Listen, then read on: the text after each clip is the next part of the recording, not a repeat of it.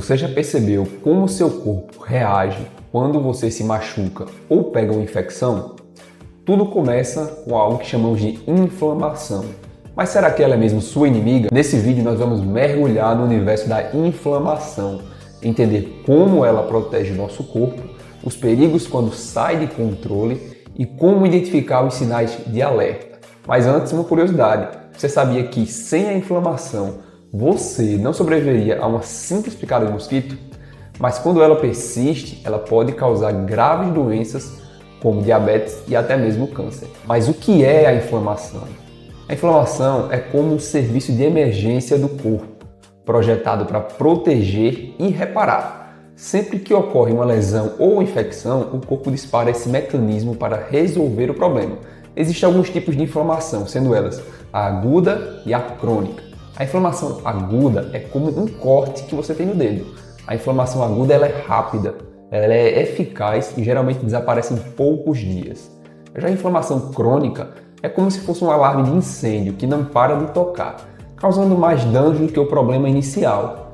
E alguns sintomas são característicos da inflamação, sendo alguns deles a vermelhidão e o calor, em que os vasos sanguíneos se dilatam para levar mais sangue ao local, o inchaço, que é onde os tecidos acumulam líquidos para proteger a área, a dor, em que as prostaglandinas, que são substâncias importantes no processo inflamatório, elas sensibilizam os nervos locais, e a perda de função. Por exemplo, um joelho inflamado ele pode dificultar a sua caminhada. Uma analogia é o sistema de emergência. Pense no seu corpo como uma cidade.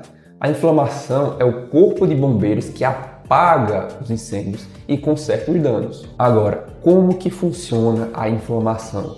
Existem células imunes que possuem papéis muito importantes.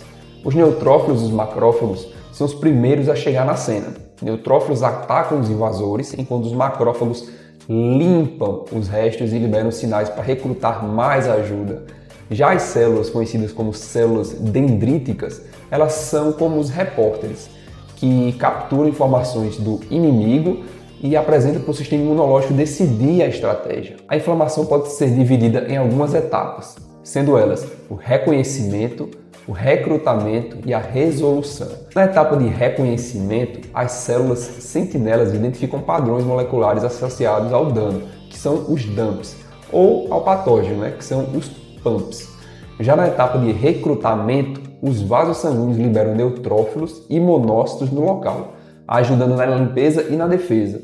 Por fim, na etapa de resolução, o corpo desliga o alarme, repara os tecidos e elimina os restos das células mortas. Um detalhamento bioquímico importante é que as citocinas, como o TNF, que é o fator de necrose tumoral, e a interleucina 6, eles aumentam a permeabilidade dos vasos, enquanto as prostaglandinas e os leucotrienos eles intensificam a resposta. Mas por que a inflamação pode causar dor e inchaço? A dor na inflamação ela é causada por causa das prostaglandinas, que servem como megafones para os nervos locais, amplificando a sensação de dor. Um exemplo prático sobre isso é que você já notou como um dedo inflamado ele dói mais quando você toca nele? É porque os nervos estão ali super sensíveis. Com relação ao inchaço e o calor, os vasos sanguíneos eles ficam mais permeáveis para permitir a entrada de glóbulos brancos e proteínas no tecido, mas isso também leva ao acúmulo de líquidos.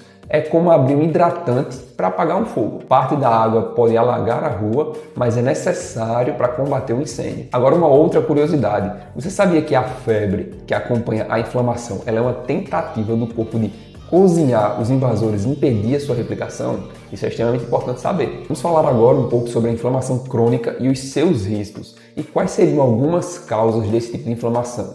Seriam as infecções persistentes, exposição a toxinas ou condições autoimunes, eles são os principais culpados.